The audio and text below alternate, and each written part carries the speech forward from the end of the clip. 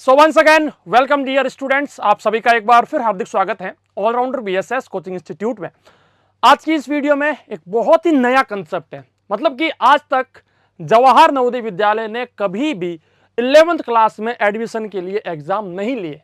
ये पहली बार हो रहा है कि जब जवाहर नवोदय विद्यालय 11वीं कक्षा में एडमिशन के लिए एग्जाम ले रहा है। तो बहुत कुछ खास है, बहुत कुछ नया है। सब कुछ इस वीडियो में मैं आपको समझाऊंगा, सिखाऊंगा कि क्या कुछ हमें पढ़ना चाहिए, क्या कुछ नहीं पढ़ना चाहिए, सिलेबस में क्या कुछ रहेगा, कौन सी बुक बेहतर रहेगी, कम से कम समय में कैसे इस एंट्रेंस एग्जाम को पास किया जाएगा। सारी जानकारी इस वीडियो में। मैं बीएस सोलंकी, जो कि जवाहर नवोदय विद्यालय का एक एक्स स्टूडेंट हूं। मैंने भी जवाहर नवोदय विद्यालय का एग्जाम दिया था, 7 साल वहां पर बिताए हैं। तो सारा एक्सपीरियंस के साथ इस वीडियो में मैं आपको बताऊंगा कि क्या क्या सिलेबस जो है आपका इस साल रहने वाला है, जवाहर नवोदय विद्यालय ने क्या क्या जो है डॉक्यूमेंट के अंदर जो है आपको दिया है। ठीक है, तो प्लीज वीडियो को लाइक कीजिए, वीडियो को शेयर कीजिए, जल्दी से कमेंट सेक्शन में लिख के बताइए कि आपका नाम क्या है और आप किस स्टेट के किस जेएनवी के लिए अप्लाई कर रहे हैं। आइए बात करते हैं जवाहर नवोदय विद्यालय 11th के लिए। तो आपने फॉर्म तो भर ही दिया होगा, क्योंकि फॉर्म भरने की जो लास्ट डेट थी वो एक्चुअली पहले थी 31 मई, फिर थोड़ा सा उसको एक्सटेंड किया गया था, लेकिन फाइनली अब जो है फॉर्म आपके कंप्लीट हो चुके हैं। अब आप फॉर्म तो नहीं भर सकते, लेकिन जिन्होंने भी फॉर्म भरा है तो उनको थोड़ा सा कंसेप्ट मैं आपको बता देता हूं कि किस प्रकार से क्या कुछ आपका जो है सिलेबस में रहेगा। ठीक है, तो ये शायद आपने पूरा जो है देख लिया होगा, पढ़ लिया होगा। सीधा हम लोग पहुंचते हैं सिलेबस के ऊपर। ठीक है, सिलेबस क्या कुछ रहेगा, आइए ये रहा अपना सिलेबस का कंसेप्ट। लेकिन मैं आपको बता दूं कि इसके लिए जो है ना फॉर्म कौन कौन भर सकता है, ये आपको पता है। फॉर्म भर सकते हैं जो बच्चे 10वीं कक्षा को पास कर चुके हैं इस साल। अगर उसने इससे पहले कभी पास किया, मान लीजिए 1 साल पहले उसने पास किया था, तो वो यहां पर काम नहीं आएगा। ठीक है, तो कुल मिलाकर के अगर हम लोग यहां पर बात करें तो section B, section A reasoning है, एंड कुल मिलाकर के ये अपना हो गया syllabus for the Jawahar Navodaya Vidyalaya 11th class entrance exam. ठीक है, अब देखिए एक्चुअली आपका जो जवाहर नवोदय विद्यालय का एग्जाम होगा वो किसके लिए होगा। अब हो सकता है कि आप 11th क्लास में जब जाओ वहां पर, तो आप या तो चाहते हैं कि मुझे आर्ट्स लेनी है, मतलब कि ह्यूमैनिटीज लेनी है, या आप चाहते हो कि 11th में मुझे साइंस लेनी है, या आप चाहते हो कि 11th में मुझे कॉमर्स लेनी है। ठीक है, तो अभी हाल फिलहाल ये ऑप्शन आपको वहां पर मिल रहे हैं कि या तो आप वहां पर जाकर के आर्ट्स ले लीजिए, या तो फिर आप वहां पर जाकर के साइंस ले लीजिए, या फिर आप वहां पर जाकर के कॉमर्स ले लीजिए। ठीक है, अब यदि आपने आर्ट्स चूज किया है तो आपका एग्जाम का जो सिलेबस होगा वो कुछ और होगा। यदि आपने साइंस चूज किया है तो कुछ और होगा। यदि आपने कॉमर्स चूज किया है तो कुछ और होगा। ठीक है, अब देखिए आपके पास कुल मिलाकर के सबसे पहला जो सब्जेक्ट रहेगा वो रहेगा मेंटल एबिलिटी, मतलब कि मानसिक योग्यता। और ये मानसिक योग्यता जो है ये सबके लिए रहेगा, चाहे आपने आर्ट्स लिया है, चाहे आपने साइंस लिया है, चाहे आपने कॉमर्स लिया है। मानसिक योग्यता के जो भी प्रश्न रहेंगे, कुल मिलाकर के 20 प्रश्न रहेंगे 20 नंबर के। तो मानसिक योग्यता के 20 प्रश्न तो सारे बच्चों को देखने को मिलेंगे। और मानसिक योग्यता बड़ी आसान है, ये मत सोचना कि यार पहले कभी पढ़ा नहीं है कैसे पास हो जाएगा, क्या है, बहुत ही आसान है, बहुत ही ईजी है। जो 5वीं वाले बच्चे हैं ना वो भी इसको पास कर रहे हैं। हाँ भाई थोड़ा सा ये हो सकता है लेवल थोड़ा सा इसके अंदर हाई होगा, थोड़ा सा हाई होगा, लेकिन कंसेप्ट वही है। ठीक है, अब देखिए जैसे कि मैं आपको समझाता हूं। अगर हम बात करें मानसिक योग्यता की, तो सबसे पहले तो आपको मिलेगा पैटर्न कंप्लीशन, मतलब कि आकृति पूरक। अब ये आकृति पूरक क्या होगा, आकृति पूरक का मतलब होगा एक कोई आकृति होगी, ठीक है, इसके अंदर क्या होगा, एक चीज यहां पर मान लीजिए कट की गई, तो यहां पर क्या आएगा ये आपसे पूछा जाएगा। 4 ऑप्शन आपके पास होंगे, तो जैसे कि ये चीज अगर हम यहां से ऐड करें तो ये आकृति पूरी हो जाएगी, मतलब कि आकृति को पूर्ण करना है, कंप्लीट करना है। या तो ये होगा, या फिर ये हो सकता है कि जैसे कि मान लीजिए 2 4 6 डैश, इस प्रकार से आपको यहां पर लिख के दे दिया, तो ये पूछ लिया गया कि यहां क्या आएगा। तो ये भी एक प्रकार से क्या है, आकृति की मान लीजिए कि या तो आकृति हो गई या एक प्रकार से पैटर्न हो गया, जिस पैटर्न को हमें क्या करना है, कंप्लीट करना है। ठीक है, तो इस प्रकार के प्रश्न जो होंगे, तो ये सारे प्रश्न मैं आपको इसी YouTube चैनल के ऊपर समझा दूंगा, सिखा भी दूंगा। तो अभी इस YouTube चैनल को सब्सक्राइब कर लो, वीडियो को लाइक कर लो और शेयर कर लो। ठीक है, चलिए दूसरा है फिगर सीरीज कंप्लीशन। यहां पर है फिगर सीरीज कंप्लीशन। ये भी मैं आपको सिखाऊंगा क्या होता है। यहां पर एक आपको सीरीज मिलेगी, उस सीरीज को हमें कंप्लीट करना है, ठीक है।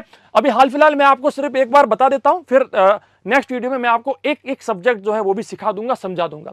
ज्योमेट्रिकल फिगर कंप्लीशन मतलब कि ट्रायंगल हो सकता है, स्क्वायर हो सकता है, सर्किल हो सकता है, इनको जो है कंप्लीट करना मतलब कि ज्यामितीय आकृति को पूर्ण करना।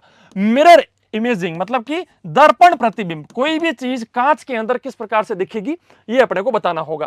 पंच्ड होल पैटर्न या फिर फोल्डिंग अनफोल्डिंग वाले प्रश्न, कोई भी एक आपके सामने ऐसा अगर पेज दे दिया गया, उसको फोल्ड किया, फिर फोल्ड किया, काट दिया, थोड़ा बहुत खोलने के बाद वो किस प्रकार से दिखेगा, इस प्रकार के प्रश्न जो है ये भी आपसे पूछे जाएंगे, तो वो इसी के अंदर आते हैं। अब ये छठा जो है ये जवाहर नवोदय विद्यालय 6th में तो है नहीं, लेकिन 11वीं कक्षा के अंदर ये जो है इस साल आपको दिया गया है। इसके अंदर क्या होगा कि समय जो है, घड़ी जो है, उसके रिलेटेड आपको जो है प्रश्न पूछे जाएंगे, ठीक है। घड़ी से रिलेटेड जो भी प्रश्न है, समय से रिलेटेड जो भी प्रश्न है, वो आपको प्रश्न जो है पूछे जाएंगे। सातवां होगा आपका छिपी हुई आकृति, या फिर इसको हिडन फिगर भी कह सकते हैं आप, हिडन फिगर भी कह सकते हैं, या फिर आप इसको छिपी हुई आकृति कह सकते हैं, मतलब कि छिपी हुई आकृति जो होगी उसके बारे में पूछा जाएगा। आठवां जो होगा वो होगा कोडिंग डिकोडिंग। कोडिंग डिकोडिंग क्या होगा, फॉर एग्जांपल आपसे ये कहा गया कि यदि हम ए बी सी डी को, या फिर आपसे ये कहा गया, देखिएगा, सपोज कीजिए आपको ये कहा गया कि ए सी एंड ई को हम लोग, ए सी ई को हम लोग बी डी एफ लिखते हैं, तो बताइए जे एल और एन को क्या लिखेंगे। मान लीजिए ये प्रश्न आपसे पूछा गया, तो इसमें क्या है, कोडिंग पहले आपको दी गई है, इसी को डिकोड करके हमें वापस से जो है इसको बनाना होगा, ठीक है। तो इस प्रकार के प्रश्न जो है आपको यहां पर पूछे जाएंगे। बड़ा ही आसान कंसेप्ट है, मैं आपको सिखा दूंगा, समझा दूंगा, ठीक है। डायरेक्शन वाले प्रश्न, फॉर एग्जांपल आपसे एक प्रश्न पूछा गया कि एक व्यक्ति जो है पहले गया पश्चिम के अंदर, फिर गया दक्षिण के अंदर, फिर यहां गया, फिर यहां गया, तो बताइए ये अभी कितना दूर है, कहां है, किस पोजीशन में है। तो इस प्रकार के प्रश्न जो होंगे वो आपको यहां पर पूछे जाएंगे। फिर है स्पेस विजुअलाइजेशन, स्पेस विजुअलाइजेशन के प्रश्न आपसे पूछे जाएंगे। इसके अंदर क्या होगा, जैसे कि कोई चीज है, एक ये चीज हो गई, एक ये हो गया, एक मान लीजिए ये गोला हो गया, इनको मिलाकर के कौन सी आकृति जो है बन सकती है, इस प्रकार से जो है आपसे पूछा जाएगा। इसको कहा जाता है स्पेस विजुअलाइजेशन, ठीक है। अभी हम लोग बात करते हैं जो इंग्लिश लैंग्वेज है, इंग्लिश, इसके बारे में थोड़ी सी बात कर लेते हैं। इसके अंदर क्या क्या जो है चैप्टर पूछे जाएंगे, ठीक है। तो ये कितने नंबर की होगी, 10 नंबर की इंग्लिश आपकी होगी रीडिंग स्किल में, ठीक है। अब इसके अंदर क्या होगा, बहुत ही आसान है यार, एक सिंपल सा पैसेज दिया जाएगा, उस पैसेज से रिलेटेड आपसे जो है प्रश्न पूछे जाएंगे, ठीक है। तो एक पैसेज दिया जाएगा और एक और पैसेज मिल जाएगा, मतलब कि दो तो आपको यहां पर पैसेज मिल गए। अब इन पैसेज के अंदर जो है ग्रामर रिलेटेड जो है आपसे प्रश्न भी पूछे जा सकते हैं। अब ग्रामर रिलेटेड में क्या होगा वो चीज मैं आपको दिखाता हूं। ग्रामर के अंदर क्या कुछ हो सकता है, देखिएगा, ये सारे सिलेबस के अंदर जो है, ये जो सारे जो चैप्टर जो हैं ये आपको पूछे जाएंगे। मैं आपको दिखा चुका हूं यहां पर, जैसे कि सिंटैक्स हो गया, स्पेलिंग हो गया, डिटरमिनर्स हो गया, क्वेश्चंस हो गया, स्टेटमेंट्स हो गया, कमांड्स एंड रिक्वेस्ट हो गया।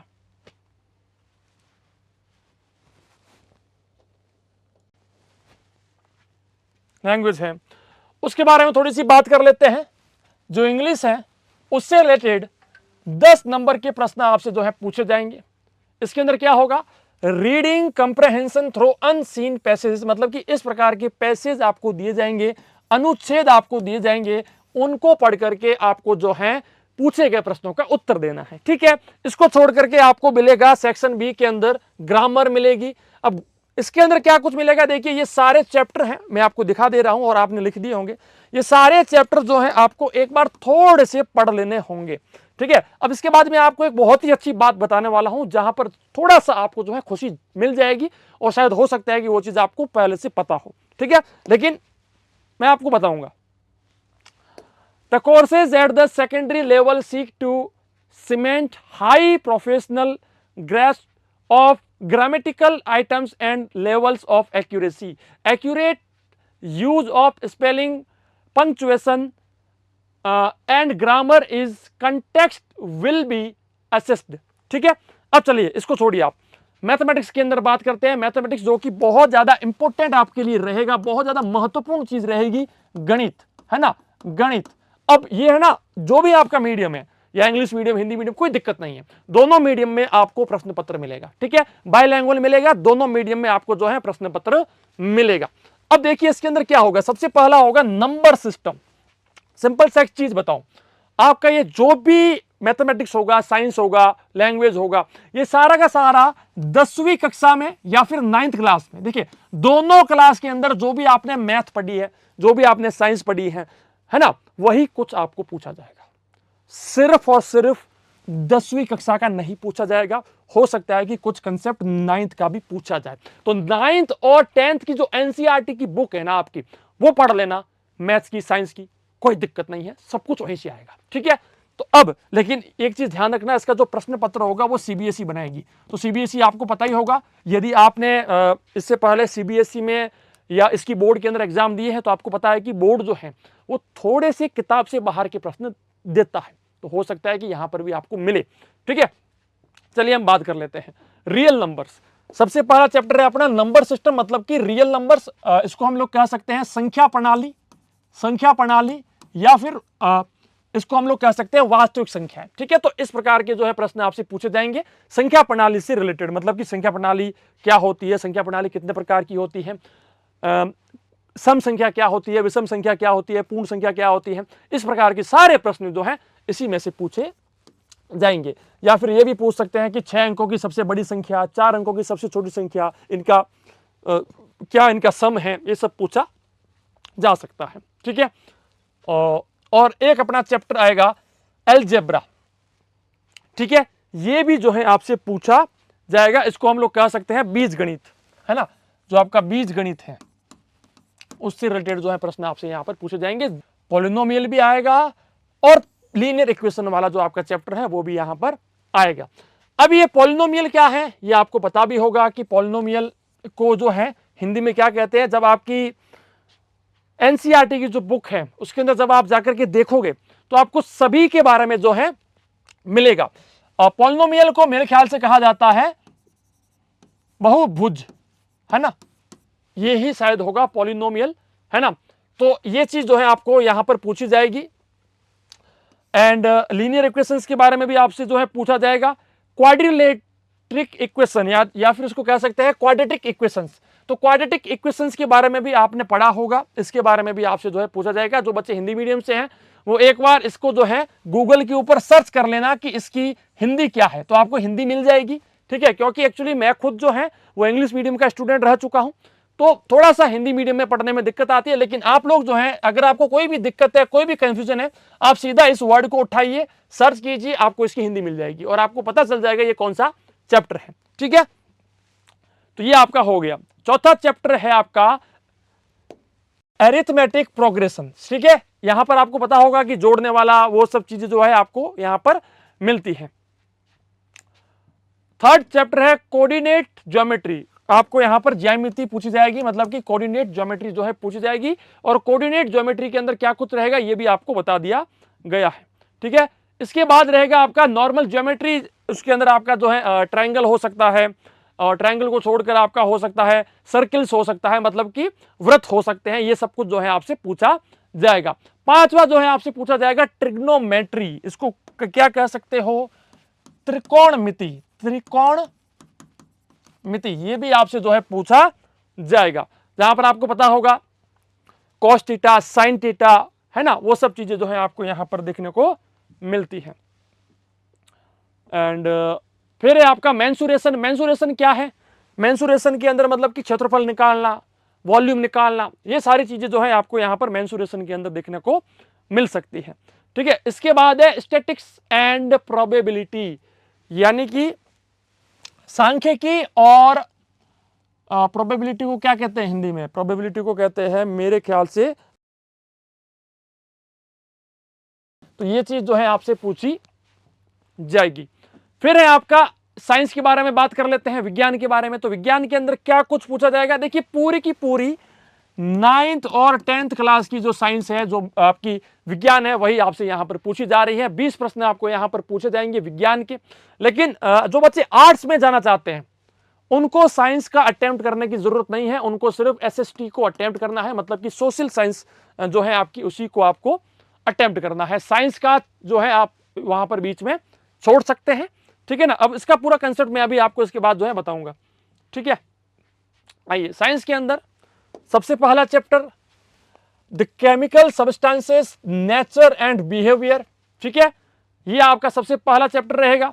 दूसरा चैप्टर आपका रहेगा, और देखिए यही चैप्टर के अंदर रहेगा मेटल नॉन मेटल रहेगा, कार्बन एंड इट्स कंपाउंड रहेगा, है ना। तो ये सारा चीज जो है आपको इसी के अंदर जो है पढ़ना पड़ेगा। सेकंड चैप्टर है आपका द वर्ल्ड ऑफ लिविंग, ठीक है, इसी के अंदर रहेगा कि लाइफ की प्रोसेसेस हो गई, रिप्रोडक्शन हो गया, है ना। तो ये सारी चीजें जो है आपको इसके अंदर पढ़नी पड़ेगी। थर्ड यूनिट है आपका नेचुरल फिनोमिना। नेचुरल फिनोमिना में आपका क्या कुछ रहेगा, यानी कि ये चैप्टर है आपका किसका, फिजिक्स का, ठीक है। तो ये सारी चीजें आपके यहां पर रहेगी। उसके बाद चौथा यूनिट है आपका इलेक्ट्रिसिटी। तो आपको पता होगा कि मैग्नेट का इसके अंदर रहता है, ये सारा कुछ जो है आपको पढ़ना पड़ेगा।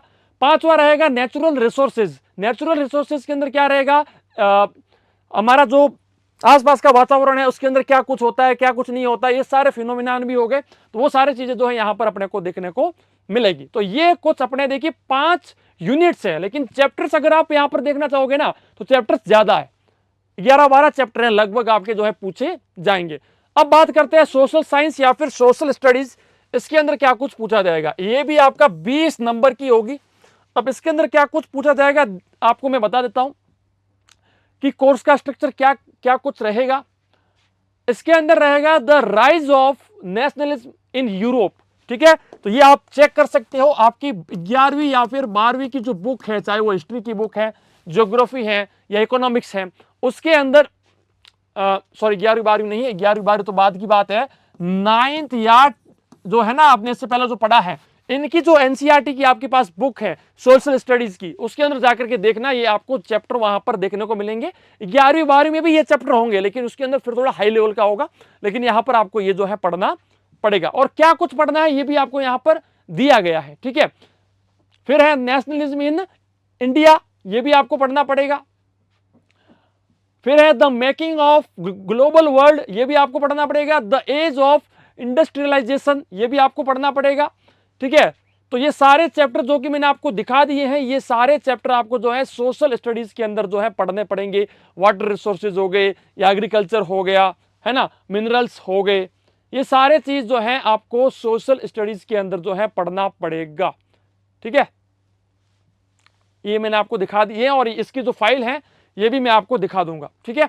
इसकी फाइल आपको जवाहर नवोदय विद्यालय की वेबसाइट से मिल जाएगी, आप जाकर के वहां से भी पढ़ सकते हैं। लेकिन मेरा थोड़ा सा कंसेप्ट यही था कि अब मैं आपको क्या चीज यहां पर सिखानी है कि किसको कौन कौन से पेपर अटेम्प्ट करने हैं।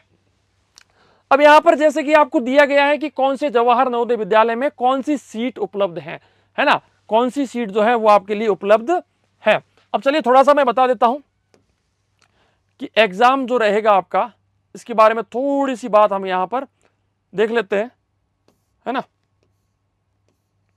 दिखा देता हूं मैं आपको कि एग्जाम किस प्रकार से अटेम्प्ट होगा, किस प्रकार से आपकी मार्क्स कैलकुलेट होंगे, क्या कुछ है वो भी थोड़ा सा मैं आपको बता देता हूं। देखिएगा यहां पर, अब कुल मिलाकर जो प्रश्न पत्र रहेगा ना वो होगा 100 नंबर का, कुल मिलाकर 100 नंबर का होगा।